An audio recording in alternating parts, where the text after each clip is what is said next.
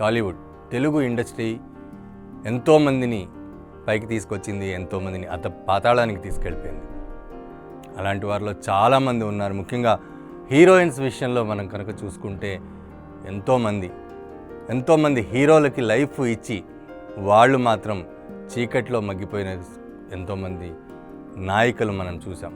అందులో అటు మూడు రాష్ట్రాలకి సంబంధించిన హీరోలు కూడా ఆమెతో చేసి ఆమె వల్ల ఒక వెలుగు వెలిగి ఇప్పటికీ ఆ హీరోల పేర్లు మర్చిపోలేనంతగా పేర్లు సంపాదించేలాగా చేసిన ఆ హీరోయిన్లు మాత్రం వాళ్ళు ఎక్కడా కనపడకుండా మాయమైపోతున్నారు.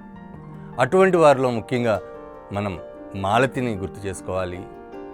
ఆవిడ 1951లో తెలుగు రాష్ట్రంలో ఒక ఊపిన సినిమా హీరోయిన్. ఆ సినిమా వల్ల ఆ హీరోకి పేరు వచ్చింది. ఆ హీరో తర్వాత సీఎం కూడా అయ్యారు. అటువంటి యాక్ట్రెస్ చివరికి పూరి గుడిసెలో ఒక గాలివానకి గోడ పడిపోయి ఆ పూరి గుడిసె మీద పడ్డంగా చనిపోయింది. అప్పటిదాకా ఆమె హీరోయిన్ అనే సంగతి ఎవరికీ తెలియదు. ఆమె 1951లో మనం చెప్పుకుంటున్న ఈ హీరో నందమూరి తారక రామారావు, ఎన్టీఆర్. ఈ పేరు తెలుగు దేశంలో, తెలుగు ప్రాంతంలో, అలాగే ఇతర ప్రాంతాల్లో తెలియని వారు ఉండరంటే అతిశయోక్తి కాదు. అంతటి పేరు వచ్చిన ఆ సినిమాలో హీరోయిన్ మాలతి. కానీ ఆ సినిమా హిట్ అయిన తర్వాత కూడా ఆమె అనుకున్నంతగా పేరు రాలేదు, సినిమాలు రాలేకపోవడంతో చివరికి 30 ఏళ్ల వయసులోనే తల్లి క్యారెక్టర్ చేయాల్సిన పరిస్థితి. ఆమె ఒక్క తెలుగు సినిమాల్లోనే కాదు, అటు తమిళ, మలయాళ, కన్నడ సినిమాల్లో కూడా చేసింది. తమిళ ఇండస్ట్రీలో ఇద్దరికి పేర్లు ఉన్నాయి. ఒకటి ఎంజి రామచంద్రన్, అలాగే ఇంకోళ్ళు Shivaji Ganesan. M G Ramachandran first cinema ఏదైతే ఉందో ఆ సినిమాకి హీరోయిన్ కూడా ఈ మాలతినే. ఆ సినిమా కూడా సూపర్ డూపర్ హిట్ అయింది. ఎంజీఆర్ తర్వాత సీఎం అయ్యాడు, తమిళనాడు సీఎం అయ్యారు. అలాగే ఎంజీఆర్ని ఈ రోజుకి ప్రతి ఇంట్లో దేవుళ్ళ కొలుస్తారు. అటువంటి ఎంజీఆర్ పక్కన నటించిన ఆమె చివరికి దిక్కులేని చావు చచ్చిపోయింది.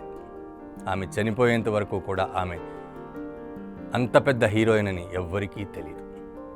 అంతేకాదు, కన్నడలో ఇప్పటికీ కూడా ఎవరి పేరు చెబితే కన్నడ ఇండస్ట్రీ ఒక వెలుగుతుందో, ఎవరి పేరైతే చెబితే వాళ్ళ ఫ్యామిలీ అంతా కూడా దండం పెడతారో, ఎవరినైతే వీరప్పన్ ఎత్తుకుపోయాడో రాజ్ కుమార్, కన్నడ కంఠీరవ రాజ్ కుమార్ ఫస్ట్ సినిమా శ్రీకాళహస్తి మహత్యం, ఆ సినిమాలో హీరోయిన్ కూడా మాలతిని. కన్నడ సినిమాకే కన్ను అని అనేంతగా పేరు పొందాడు. కానీ ఆవిడ మాత్రం ఎక్కడా కనపడలేదు.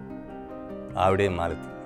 ఇటువంటి మాలతులు ఎంతోమంది సినీ ఇండస్ట్రీలో ఉన్నారు. కానీ ఈ మాలతి గురించి కనుక చెప్పుకుంటే ఎన్నో సినిమాలు చేసింది. దాదాపు 30-40 సినిమాల దాకా చేసినా కూడా ఏనాడు ఎవరిని దేహి అనలేదు. కానీ చివరికి మాత్రం చావు బతుకుల్లో చచ్చిపోయింది. అలాగే ఆమె ఒక హీరోయిను, ఇంత పెద్ద ముగ్గురు హీరోయిన్ ఇంత 3 రాష్ట్రాల హీరోలని ఒక వెలిగేలా చేసిన హీరోయిన్ అని చెప్పుకునే పరిస్థితి ఆమె చనిపోయిన తరువాత కానీ కలగలేదు. అలా అని నేను హీరోయిన్ అని చెప్పుకున్న పరిస్థితులు కూడా ఎక్కడ కనపడలేదు. ఇది మాలతి పరిస్థితి. మాలతి ఒక్కతే కాదు, ఇలాంటి హీరోయిన్లు చాలామంది ఉన్నారు, యాక్ట్రెసెస్ చాలామంది ఉన్నారు. ఇక మాలతి గురించి మనం మాట్లాడుకుంటే, మాలతి ఏలూరు, ఇప్పుడు వెస్ట్ గోదావరి జిల్లా ఏలూరులో జన్మించడం జరిగింది. చిన్నతనంలోనే తండ్రిని కోల్పోయారు. తల్లి ఎన్నో కష్టాలు పడి ఆవిడ చదువుతో పాటు నాట్యం కూడా నేర్పించింది. ఆ రోజుల్లో ప్రతి ఒక్కళ్ళు కూడా నాట్యం నేర్చుకోవటం, సంగీతం నేర్చుకోవటం ఆనవాయితీ. సో ఆ తల్లి వీళ్ళందరికీ కూడా తన పిల్లలు తప్పకుండా నాట్యం నేర్పించాలి, అలాగే సంగీతం నేర్పించాలని కూడా నిర్ణయించుకోవటం. ఎన్ని కష్టాలైనా సరే పిల్లలు పైకి రావాలనే ఉద్దేశంతో ఆమెను చదువుతో పాటు ఇటు సంగీతాన్ని కూడా నేర్పించారు. అయితే చిన్నతనం నుండి సంగీతంతో పాటు నాటకాల మీద కూడా ఎక్కువ ఇంట్రెస్ట్ చూపించిన మాలతి ఆ రోజుల్లో బాగా ఫేమస్ ఉన్న మోతే సంస్థలో యాక్ట్ చేయడం జరిగింది. అలాగే మోతే సంస్థలోనే ఉన్న వ్యక్తిని ఆమె పెళ్లి చేసుకోవడం జరిగింది. అతను ఈమె యొక్క ఇంట్రెస్ట్ని చూసి వెంటనే మెడ్రాస్ తీసుకురావడం జరిగింది. భార్యాభర్తలు ఇద్దరు మెడ్రాస్ వచ్చారు. మెడ్రాస్ వచ్చిన తర్వాత హెచ్ఎంవిలో మ్యూజిక్లో పాటలు పాడటం జరిగింది. క్లాసికల్ సింగర్ కాబట్టి పాటలు పాడటం జరిగింది. తర్వాత ఆమె వాయిస్, ఆమె అభినయం చూసిన తర్వాత బిఎన్ రెడ్డి తన సినిమాలో తీసుకోవడం జరిగింది. ఇలాగా అనేక సినిమాలు, భర్త వీరాచారి ప్రోత్సాహం ఉంది, దాంతో బిఎన్ రెడ్డి కూడా ఆమెను తన సినిమాలో తీసుకోవడం జరిగింది. 1939లో మనం చూసుకుంటే కానీ 1939లో ఉషా చిత్రంలో పార్వతీదేవి పాత్రతో అరంగేట్రం చేశారు. అయితే ఆ రోజుల్లో వివాహిత మహిళలు, ముఖ్యంగా మ్యారీడ్ అయిన మహిళలు హీరోయిన్గా రాణించడం అనేది చాలా కష్టతరం. అయినా కూడా అటు బంధువర్గం కూడా ఆమెను వెలివేసినట్టే జరిగింది. అయినా కూడా భర్త ప్రోత్సాహంతో మాలతి ముందుకెళ్లారు. ఉషా చిత్రం విజయం కాకపోయినా బిఎన్ రెడ్డి దృష్టిని ఆకర్షించింది. ఆయన దర్శకత్వంలో వచ్చిన సుమంగళి చిత్రంలో మాలతి సెకండ్ హీరోయిన్గా నటించారు. ఈ చిత్రంలోనే వస్తాడే మా బావ పాట ఆమెకు మంచి పేరు గుర్తింపు తెచ్చింది. ఈ పాట చిత్రీకరణ సమయంలో ఆమె పడిన కష్టం, పట్టుదల, ఆమె వృత్తి పట్ల నిబద్ధతను తెలియచేస్తుంది. ఇక 1941లో భక్తపోతన చిత్రంలో శ్రీనాథుని కుమార్తెగా నటించి దర్శకుడు కేవీ రెడ్డి దృష్టిలో పడింది. ఆ తర్వాత భాగ్యలక్ష్మి, మాయా మశ్చంద్ర వంటి చిత్రాల్లో కథానాయకగా నటించింది.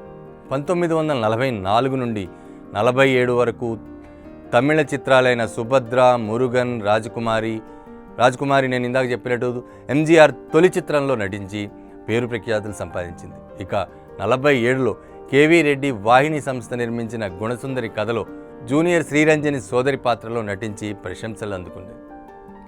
మాలతి కెరీర్లో అత్యంత కీలకమైన చిత్రం మనం మాట్లాడుకున్నట్టు 1951లో వచ్చిన పాతాళ భైరవి. ఎన్టీఆర్ కథానాయకగా కేవీ రెడ్డి పట్టుబట్టి ఆమెను ఎంపిక చేశారు. ఈ చిత్రం అసాధారణ విజయం సాధించి అందులో నటించిన నటీనటులకు, ముఖ్యంగా ఎన్టీఆర్కి ఎంతో పేరు తెచ్చింది. హిందీ వర్షన్ కూడా ఆమె స్వయంగా డబ్బింగ్ చెప్పుకున్నారు.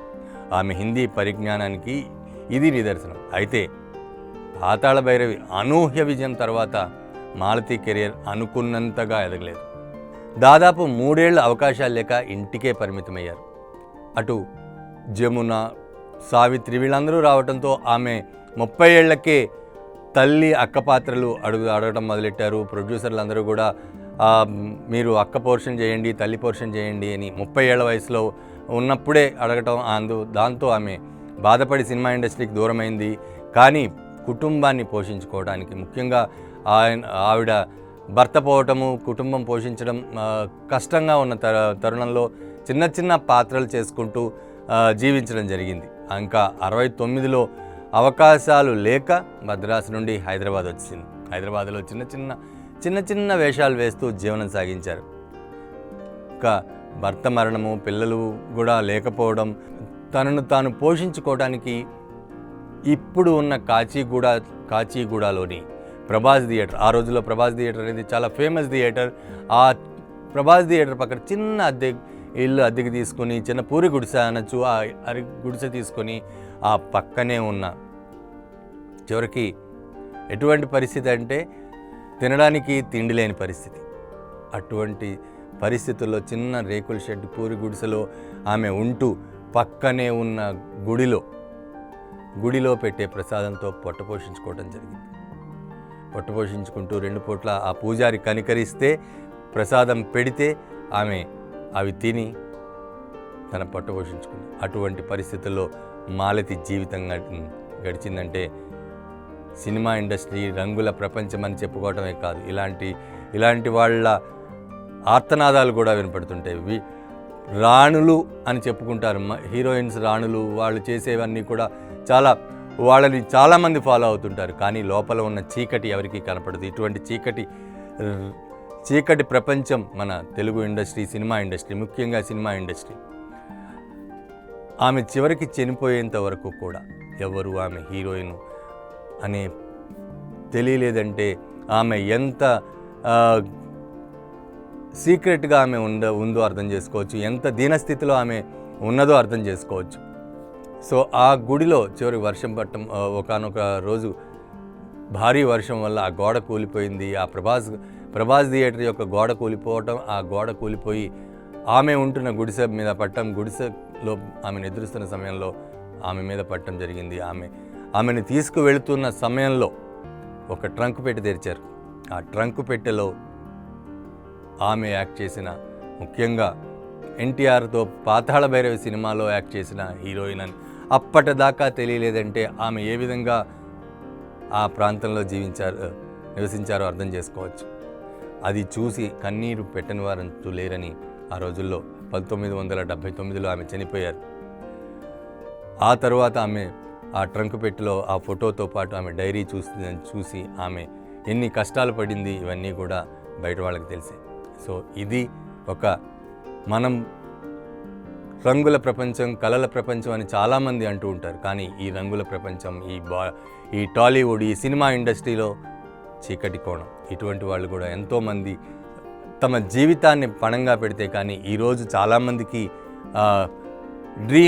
డ్రీమ్ ప్లేసెస్ అని చెప్పుకోవటం, కానీ ఎంతోమంది ఇంత స్థాయి రావడానికి, ఇండస్ట్రీ ఇంత స్థాయి రావడానికి ఇలాంటి వాళ్ళ ఆహుతి మనం చూస్తూ ఉండాలి.